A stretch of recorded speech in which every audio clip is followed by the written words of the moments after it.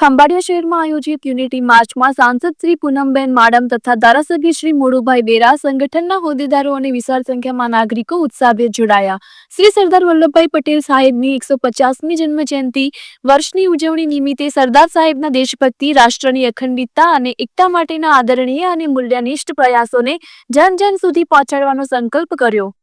પદયાત્રાના પ્રારંભ પૂર્વે ભવ્ય સાંસ્કૃતિક કાર્યક્રમ યોજાયો હતો તેમજ સ્વદેશી વસ્તુના ઉપયોગને પ્રોત્સાહન તથા વેગવંતુ બનાવવા માટે મહાનુભાવો સહિતના શપથ ગ્રહણ કર્યા હતા. ઉપરાંત યુનિટી માર્ચ પદયાત્રા સમગ્ર રૂટ પર સાંસ્કૃતિક કાર્યક્રમ તથા સામાજિક સંસ્થા દ્વારા કરી પદયાત્રાનું ભવ્ય સ્વાગત કરવામાં આવ્યું હતું. સૌને સરદાર સાહેબના આદર્શોને અપનાવી દેશની એકતા જાળવવા માટે કટિબદ્ધતા દાખવવા નમ્ર અપીલ કરી. ત્યારે આ એકતા રેલી સમાજમાં એકત્વનો ભાવ વિસ્તારે તેવો વિશ્વાસ વ્યક્ત કર્યો. રિપોર્ટર ઘનશ્યામસિંહ વાઢેર, દેવભૂમિ દ્વારકા. આપણે સૌ જાણીએ છીએ મુજબ હમણાં જ 31મી ઓક્ટોબરે સમગ્ર રાષ્ટ્રે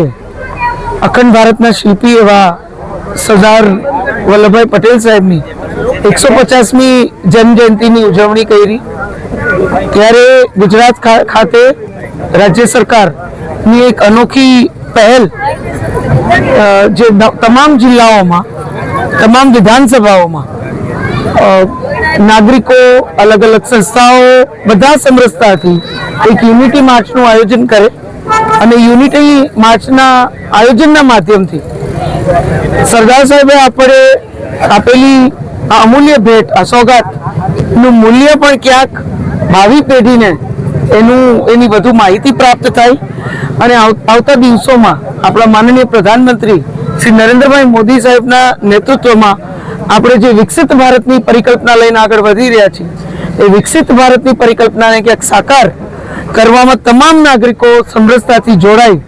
એ પ્રકારની આખી વાત સાથે આ યુનિટી માર્ચનું આયોજન આજે ખંભાળિયા ભાણવડ વિધાનસભા ખાતે ખંભાળિયામાં એનું આયોજન કરવામાં આવ્યું, જેમાં ધારાસભ્ય શ્રી મોડુભાઈ બેરા તથા જિલ્લા અધ્યક્ષ શ્રી મયુરભાઈ અને બધા જ ચૂંટાયેલા પ્રતિનિધિઓ, અલગ અલગ સંગઠનના પ્રતિનિધિઓ, અલગ અલગ સામાજિક અને સંસ્થાઓના સર્વે હોદ્દેદારો, આ બધાએ ખૂબ મોટી સંખ્યામાં આમાં ભાગરૂપ રહ્યા.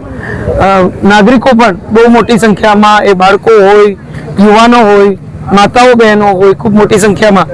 બધાએ આ યુનિટી માર્ચમાં ભાગ લીધો. અને આજે આ યુનિટી માર્ચના માધ્યમથી જે લગભગ 4.5-5 કિલોમીટરની આખી આ માર્ચ હતી, આ વોક હતી, એમાં આજે સર્વે નાગરિકોએ સમરસતાથી કે અમને કોઈ વિભાજિત નહીં કરી શકે, અમે બધા એક થઈ અને મજબૂતીથી આ અખંડ ભારતનો અમૂલ્ય જે વારસો અમને પ્રાપ્ત થયો, જે સોગાત,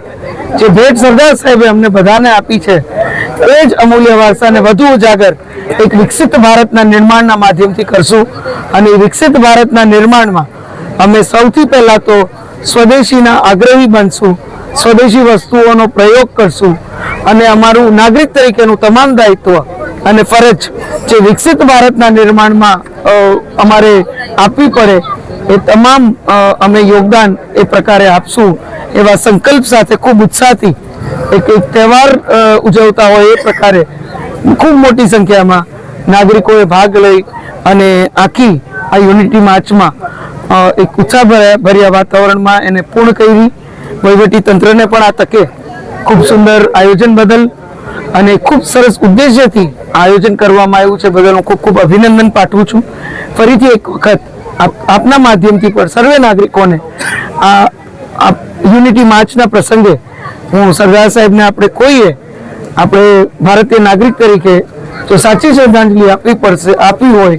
તો એ સાચી શ્રદ્ધાંજલિ વિકસિત ભારતની ભેટ આપણે આપણી ભાવિ પેઢીને આપણે સૌ આપીને જાય અને એમાં સ્વદેશી વસ્તુઓની પ્રાથમિકતા રાખીએ. સ્વદેશી વસ્તુ કદાચ કોઈ એવી વસ્તુ આપણે ઉપયોગ કરવી પડે જે પૂરેપૂરી સ્વદેશી ના હોય, પણ એમાં કોઈને કોઈ રીતે ભારતીયનું યોગદાન હોય, કોઈ પણ ભારતીયનો પરસેવો હોય, એ પ્રકારની તમામ ચીજ વસ્તુઓનો આપણે ઉપયોગ કરીએ